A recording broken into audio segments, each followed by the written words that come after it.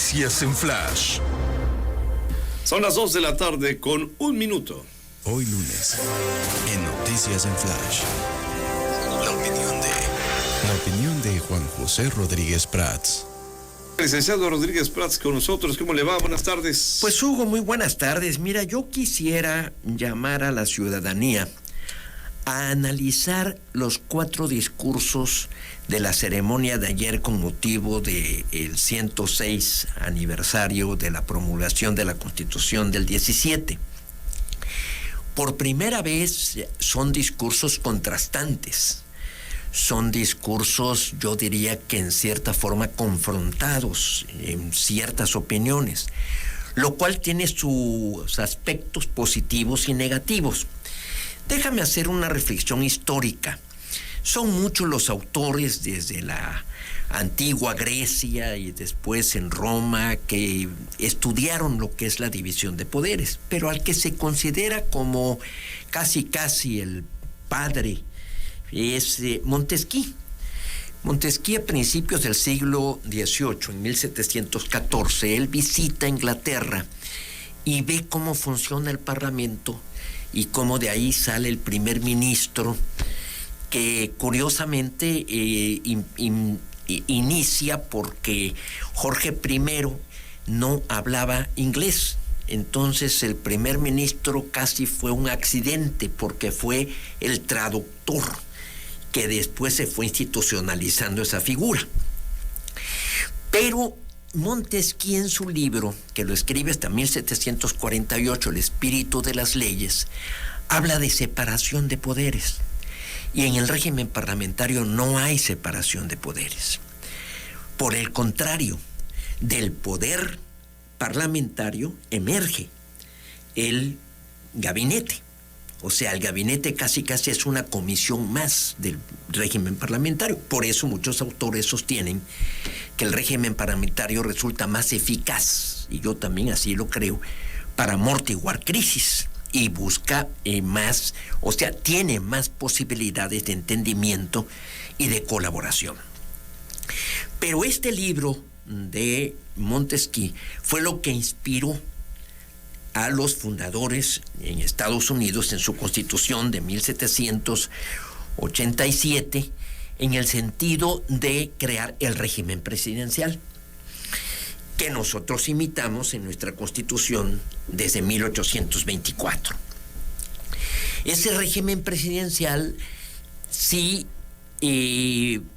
tiene antecedentes en nuestra historia, desde la colonia, en el virreinato y desde el mundo prehispánico, pero se considera en la Constitución, el artículo 49, que el poder, dice literalmente, el supremo poder de la Federación se divide para su ejercicio. Esto ya lo he dicho en otros programas. Tenemos que distinguir separación y división.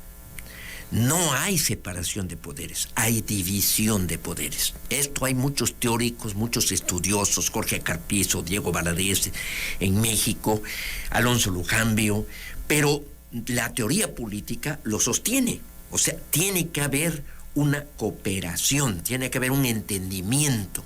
Por lo tanto, es división de un poder, el poder del Estado, no es separación.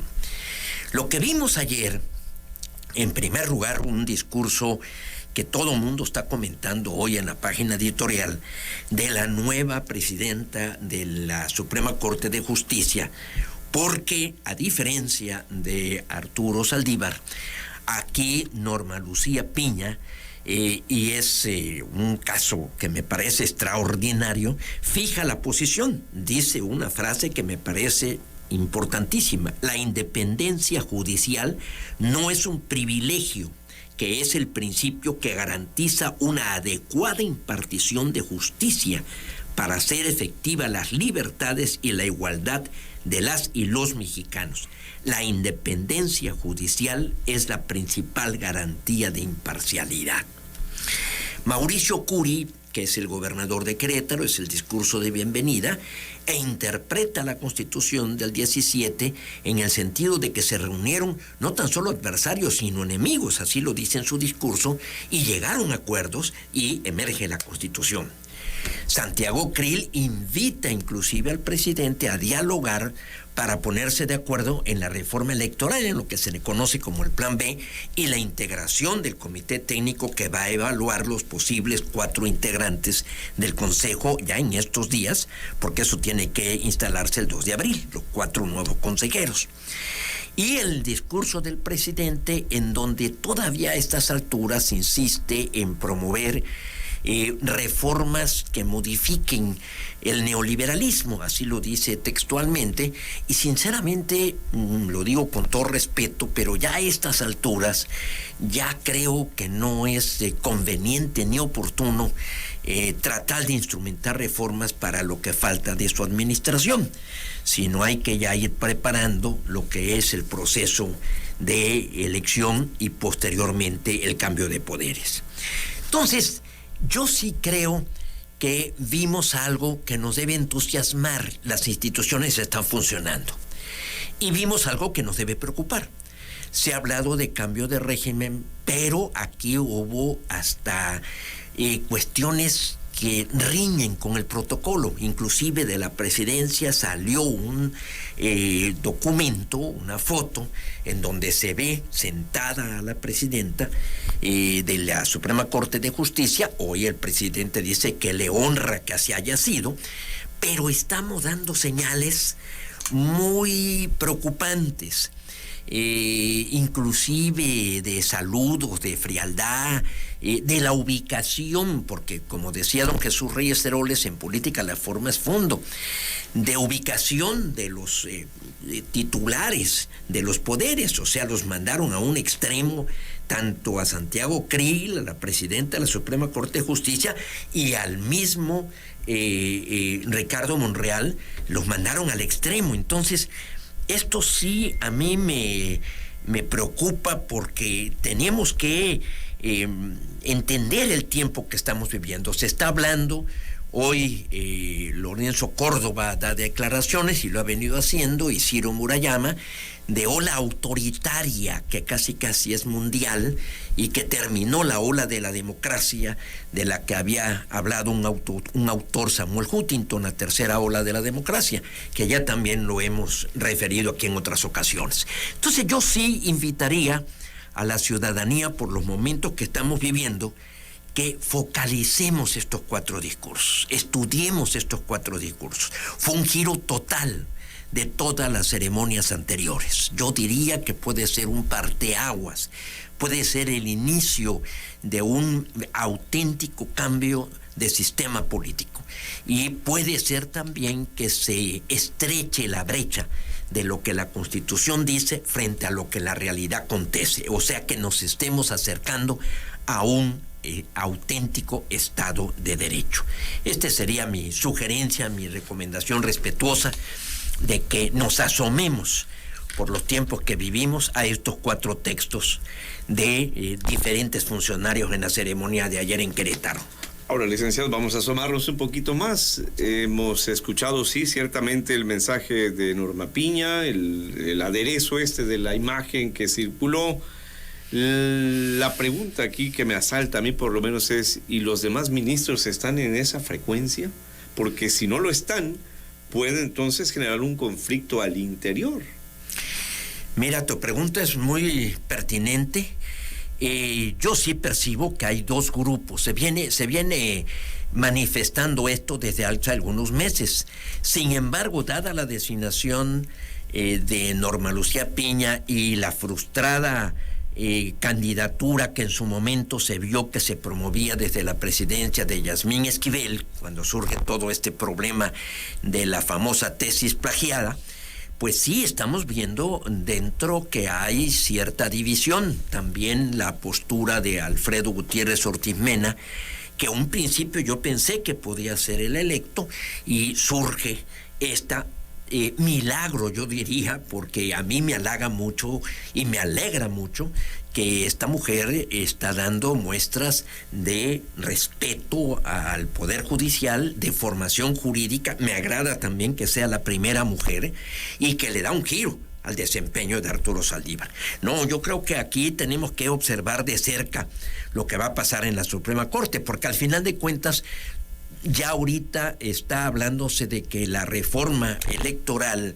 en lo que ya está aprobada parcialmente en 2 leyes y que se van a discutir las 4 leyes en las cámaras de diputados que regresan del Senado, se habla de que van a ser impugnadas. O sea, ya se dice que es la reforma más impugnada en la historia del proceso legislativo desde la transición y desde hace muchos años, a través de acciones de inconstitucionalidad, a través de amparos.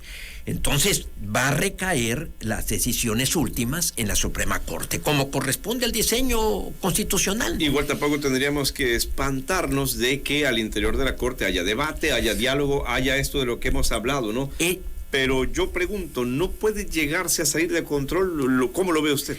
No, yo tengo confianza, Hugo, yo tengo confianza porque esto suele suceder. Tampoco exageremos, tampoco dramaticemos. A mí me gustó mucho una reflexión de Adolfo Suárez cuando estaba España en los momentos más críticos de su transición democrática, y dice: necesitamos desdramatizar la política. Yo creo que esa es una buena recomendación. Tranquilizarnos, o sea, esto es lógico que suceda en las democracias. El conflicto, está diseñada la Constitución para eso, para que haya esas discrepancias, funciones de control, que para mí, lo he dicho siempre, el Poder Legislativo es su función más importante, más que hacer leyes, es la función de contrapeso, de Pero ahora control. parece que el Poder Judicial lo tiene más que el Poder Judicial es el árbitro final. Es el árbitro técnico final que también aporta ya lo que es la interpretación de la Constitución. Bien, entonces, normal, desdramatizar, no debemos espantarnos. ¿Usted no vio aquí groserías? Porque ese es otro término que se está acuñando. Sí, desafortunadamente sí creo que nos debemos esmerar porque sí estos roces mandan mensajes que desafortunadamente propician que en las redes, que ya en las nuevas formas se exagere, se pondere demasiado, comienzan las especulaciones. Sí, yo creo que tenemos que cuidar estos detalles, el protocolo, el mensaje que se transmite, y me parece que en eso la responsabilidad fundamental, dado nuestro régimen presidencial, pues recae en el Ejecutivo Federal, en el presidente Andrés Manuel López Obrador. A ver, pero no entiendo ahí quién falló, la ministra por no ponerse de pie o el presidente por mandarla muy lejos. Mira, yo todas las crónicas que leí es desde la entrada, desde el inicio, desde el saludo. Hubo una actitud distante, y después en la ubicación. Entonces, claro, la ministra, yo siento que hizo bien en quedarse sentada. Posteriormente vinieron también, y lo observa la gente, los aplausos en relación a las intervenciones. Yo sí creo que hay que hacer un esfuerzo, y eso lo recalcó mucho Mauricio Curi, de un entendimiento. O sea, necesitamos preservar lo que es la virtud fundamental de la política, que es la capacidad de deliberar para llegar a acuerdos. ¿Sí cree que no molestó al presidente esto? Porque hay quienes dicen, bueno, él mismo dice, no, me dio mucho gusto que así tan facilito fue. Mira, sí, yo a veces veo gestos. El presidente sí tiene, y después se lanza con declaraciones, porque ha hecho declaraciones, como también la ministra le respondió, por ejemplo, de corrupción, pero no especifica, no prueba, no señala. Entonces, este lenguaje, en lugar de ser un puente de comunicación, pues al contrario, propicia confrontación, propicia discordia. Él habló de que los ministros no les tengo confianza, con excepción de 2 o 3. ¡Ah, caray! Ya ahí está inyectando un poco de duda, de desconfianza, y empieza la especulación. ¿Quiénes son los 2 o 3? ¿Quiénes son? ¿Acaso yo, maestro? Ahí sí, ¿verdad? Entonces, sí, yo creo que tenemos que hacer un esfuerzo, y sobre todo hacia el futuro, porque hacia las elecciones del 23-24, pues todo el mundo está hablando de que vamos a tener unos momentos muy duros en que se van a medir la madurez de la clase política y la sostenibilidad de las instituciones de nuestro sistema político. Licenciado Rodríguez Prats, hasta la próxima semana. Muchísimas gracias, mi querido Hugo. Pues creo que la sugerencia pues la hago muy respetuosa de que estemos pendientes como ciudadanos, porque eso también es una responsabilidad. Nos vamos a la pausa y regresamos con ustedes. Son las 2:16 ya.